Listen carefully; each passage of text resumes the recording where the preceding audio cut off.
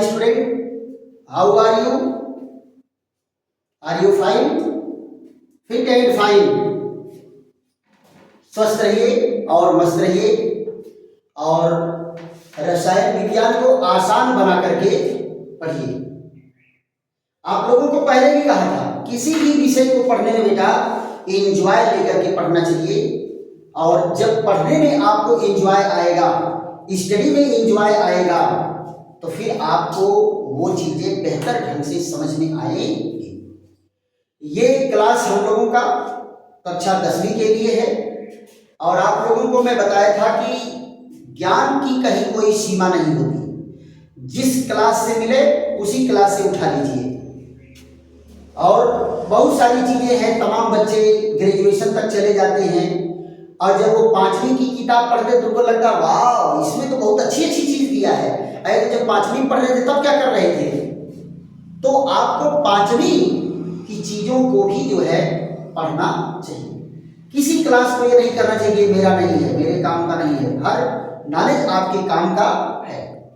तो पिछले वीडियो में हम लोग चर्चा किए थे रासायनिक अभिक्रियाओं के बारे में, जिसमें योगात्मक अभिक्रिया पढ़े थे, प्रतिस्थापन अभिक्रिया पढ़े थे, और अपघटन अभिक्रिया पढ़े थे, वियोजन अभिक्रिया पढ़े थे, ऑक्सीकरण और अपचयन अभिक्रिया पढ़े थे। एक और बेहतरीन अभिक्रिया बची हुई है, उभय अपघटन अभिक्रिया। तो हम लोग जो है उभय अपघटन, देखो बेटा शब्द से ही पता चल रहा है, उभय माने दोनों, उभय माने दोनों। तो यहां पर दो अभिकारक अगर भाग ले रहे हैं तो दोनों अभिकारक अणु टूटेंगे, और ये मुख्यतः बेटा आयनिक अभिक्रियाओं में होता है। किसमें होता है? आयनिक अभिक्रियाओं में। इनमें क्या होता है? आयनों का आदान प्रदान होता है। एक अभिकारक का धनायन दूसरे के ऋणायन से, और इसका धनायन पहले वाले के ऋणायन से आदान प्रदान कर लेते हैं। तो इस अभिक्रिया को क्या कहेंगे? उभय अपघटन अभिक्रिया कहते हैं। तो यहां देखो क्या कहेंगे, उभय अपघटन अभिक्रिया कहां होगी? आयनिक अभिक्रियाओं में होती है, जिसमें अभिकारकों के धनायनों और ऋणायनों का आदान प्रदान होता है, और दोनों अभिकारक अणु टूटते हैं, दोनों अभिकारक अणु टूटते हैं। तो आइए डिफिनीशन देख लेते हैं। यह अभिक्रिया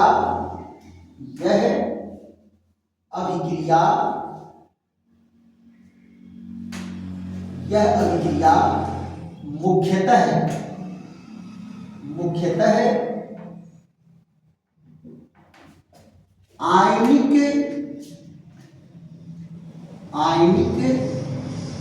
अभिक्रियाओं में होती है। आयनिक अभिक्रियाओं में होती है। दोनों अभिकारक अणु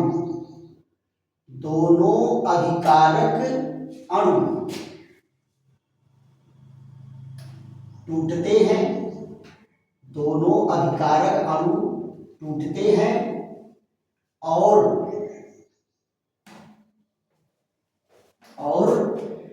धनायनों एवं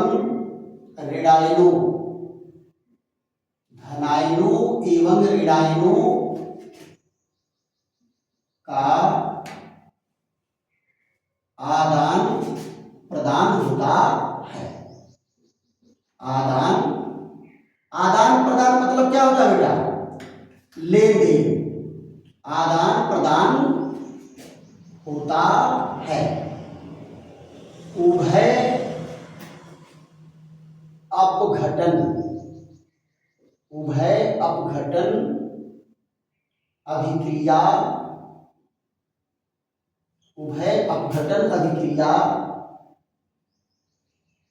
कहलाती है। उभय अपघटन अभिक्रिया कहलाती है। देखो बेटा क्या कहा गया कि यह अभिक्रिया मुख्यतः आयनिक अभिक्रियाओं में होती है। दो अभिकारक अणु टूटते हैं और धनायनों एवं ऋणायनों का आदान प्रदान होता है, उभय अपघटन अभिक्रिया कहलाती है। जरा इनके एग्जाम्पल देख लेते हैं। इनके एग्जाम्पल क्या होंगे, यहां जरा देखो। पहला, जैसे मान लो ये है बेरियम क्लोराइड और ये क्रिया किससे कर रहा है, सल्फ्यूरिक अम्ल से क्रिया कर रहा है। तो ये क्या करता है, इसका धनायन इसके ऋणायन से और इसका ऋणायन इसके धनायन से। तो यहां देखो क्या बना, बेरियम सल्फेट और क्या बना 2HCl। ये देखो, ये है बेरियम क्लोराइड, बेरियम क्लोराइड। और ये क्या है, ये है सल्फ्यूरिक एसिड, सल्फ्यूरिक एसिड। और ये क्या बना, बेरियम सल्फेट, बेरियम सल्फेट बना। और ये क्या बना, हाइड्रोक्लोरिक एसिड, हाइड्रोक्लोरिक एसिड। तो देखो दोनों अभिकारक अणु टूटे हैं कि नहीं टूटे हैं, इसका धनायन इसके साथ, इसका ऋणायन इसके साथ जुड़ा है। दूसरा रिएक्शन देख लो, दूसरा रिएक्शन क्या है, ये है सोडियम क्लोराइड और ये क्या है, सिल्वर नाइट्रेट। सोडियम क्लोराइड और सिल्वर नाइट्रेट का जब विलयन मिलाते हैं तो क्या बनता है, सिल्वर क्लोराइड, सिल्वर क्लोराइड। और क्या बनेगा, सोडियम नाइट्रेट। तो देखो बेटा, ये क्या है, ये बेरियम सल्फेट भी सफेद अवक्षेप है और सिल्वर क्लोराइड भी सफेद अवक्षेप है। यहां देखिए सिल्वर क्लोराइड और ये क्या है, ये है सोडियम नाइट्रेट, सोडियम नाइट्रेट। और ये क्या है, ये है सिल्वर नाइट्रेट, सिल्वर नाइट्रेट। और ये कौन है, ये है सोडियम क्लोराइड। तो यहां भी देखो, इसका धनायन इसके ऋणायन के साथ और इसका धनायन इसके ऋणायन के साथ जुड़ा कि नहीं जुड़ा। तो ये भी क्या है, उभय अपघटन अभिक्रिया है। एक और रिएक्शन देख लेते हैं। ये है बेटा, ये आपका आर्सेनिक का ऑक्साइड है AS2O3। ये कौन है, आर्सेनिक ऑक्साइड, आर्सेनिक ऑक्साइड। और यहां जरा देखो, आर्सेनिक ऑक्साइड के विलयन में हाइड्रोजन सल्फाइड गैस प्रवाहित करते हैं। तो इसका ऋणायन इसके धनायन से और इसका ऋणायन इसके धनायन से जुड़ेगा तो क्या बनेगा, AS2S3 और यहां 3H2O। ये क्या बना, ये है आर्सेनिक सल्फाइड, सल्फाइड। और ये कौन है, ये है हाइड्रोजन सल्फाइड, हाइड्रोजन सल्फाइड। तो इसमें भी देखो, इसका ऋणायन इसके धनायन से, इसका ऋणायन इसके धनायन से जुड़ा है। तो ये अभिक्रियाएं क्या हैं, उभय अपघटन की अभिक्रिया है। फिर एक बार आप लोगों को मैं बताता हूं कि कोई जरूरी नहीं है कि आप 3 एग्जाम्पल दीजिए। परिभाषा दे करके केवल परीक्षा में अगर पूछ रहा है तो एक उदाहरण देना है और आपको 2 उदाहरण, 3 उदाहरण, 4 उदाहरण दिया जाता है ज्यादा समझने के लिए कि एक में थोड़ा समझ में आएगा, दूसरे में और ज्यादा आएगा और तीसरे में 100% समझ में आ जाएगा आपको, इसलिए ज्यादा एग्जाम्पल दिए जाते हैं।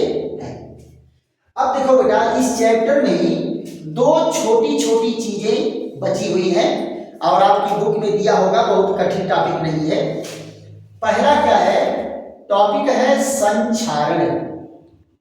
क्या है बेटा? संक्षारण। संक्षारण को क्या कहते हैं? रस्टिंग। क्या कहते हैं? रस्टिंग। संक्षारण यानी रस्टिंग। मुरझा लगना, जंग लगना, मुरझा लगना, जंग लगना, ये जो है संक्षारण कहलाता है। आप देखते हो बेटा, लोहा ऐसे अगर खुले में पड़ा रहता है तो लोहे पर लाल लाल मुरझा लग जाता है कि नहीं लग जाता है? उसी को कहते हैं संक्षारण, जिसके कारण लोहे का नुकसान होता है। लोहे का क्या होता है? नुकसान होता है। और अपने देश में बहुत ज्यादा लोहे का नुकसान होता है।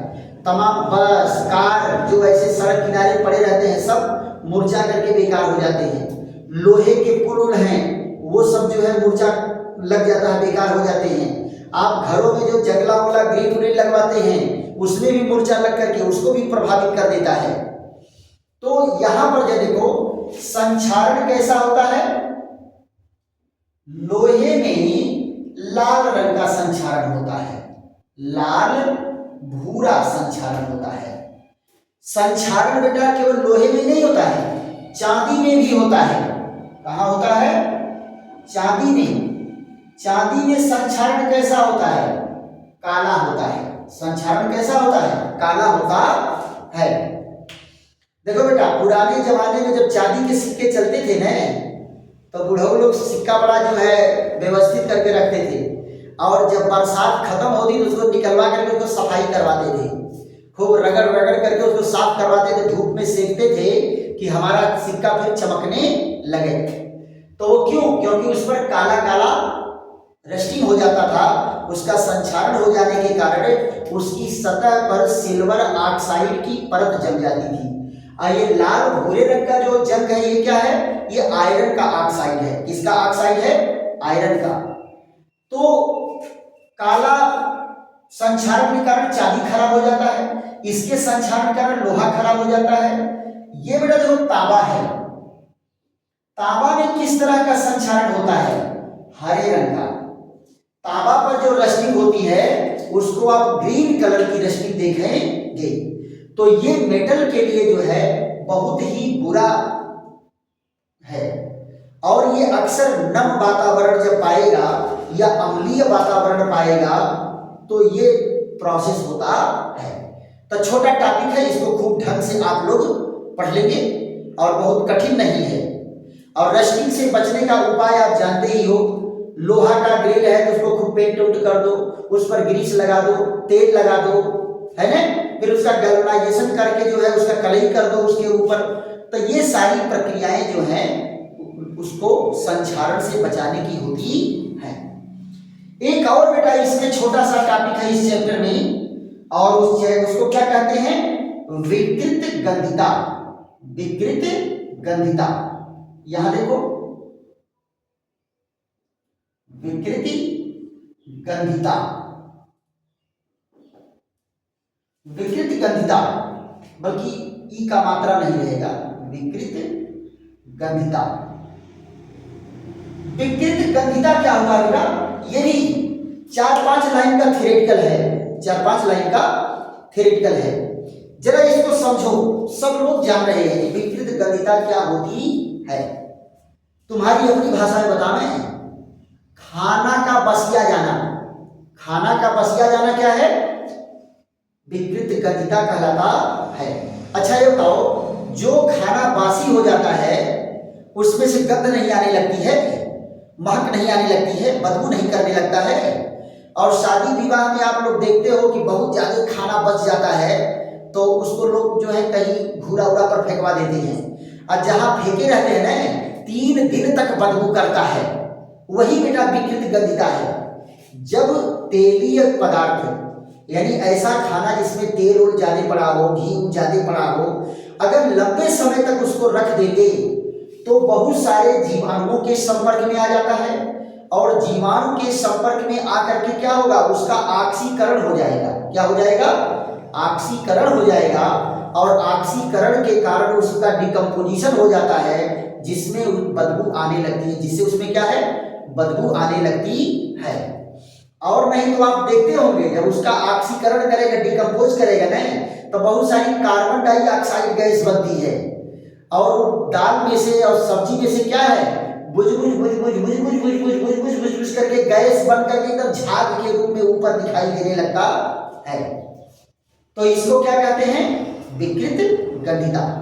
और विकृत गंधिता से बचने के लिए क्या है कि भैया जो आप भोजन बनाए हो, जंक फूड, अब फास्ट फूड, उसको समय से खा के खत्म कर दो।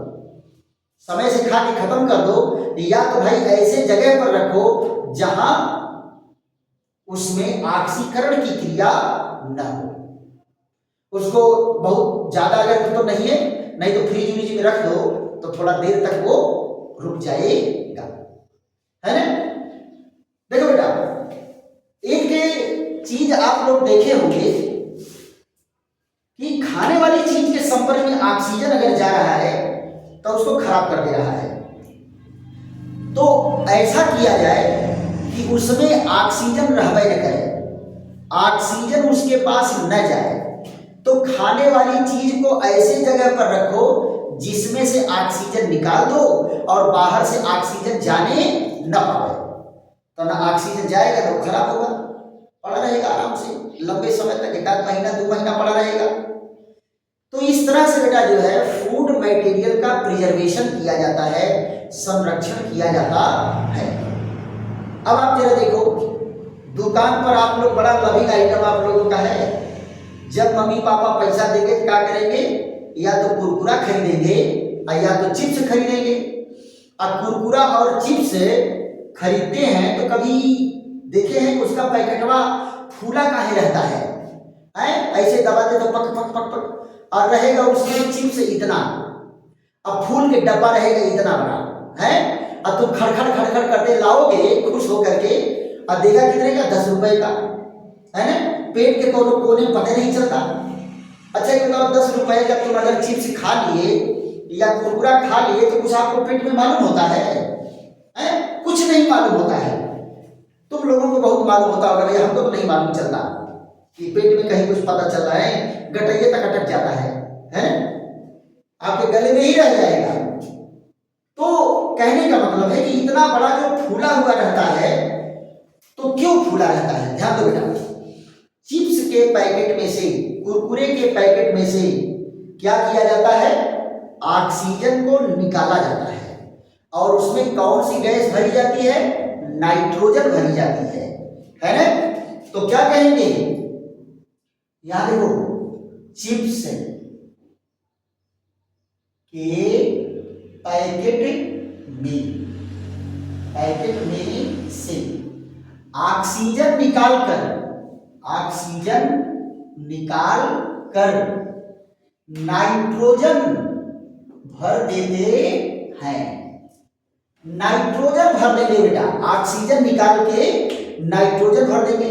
और नाइट्रोजन क्रिया करती नहीं, नाइट्रोजन किसी भी खाने वाली चीज से क्रिया वो नहीं करेगी, तो नाइट्रोजन के रहने से नुकसान नहीं होगा। और अगर कोई क्रिया करने वाला पहुंच गया तो उसको रोक भी देगा, मैं यहां हूं, तुम कहीं जा रहे हो, है ना। तो ये जो है आपका चिप्स और कुरकुरे का पैकेट या खाने वाली चीज का पैकेट अगर 2-4 महीने, साल 2 साल अगर वैसे पड़ा रहेगा, अगर उसमें वायु बाहर से नहीं जाएगी तो वो खराब होने वाला नहीं है। तो आप संक्षारण समझ लिए और विकृत गंधिता समझ लिए। इसी के साथ ये चैप्टर आपका फिनिश हुआ। और बेहतरीन अगर लगा हो तो आप लोग बेटा इसको खूब लाइक करो, सब्सक्राइब करो, और वीडियो को 2 बार देख करके समझो, और तीसरी बार में नोट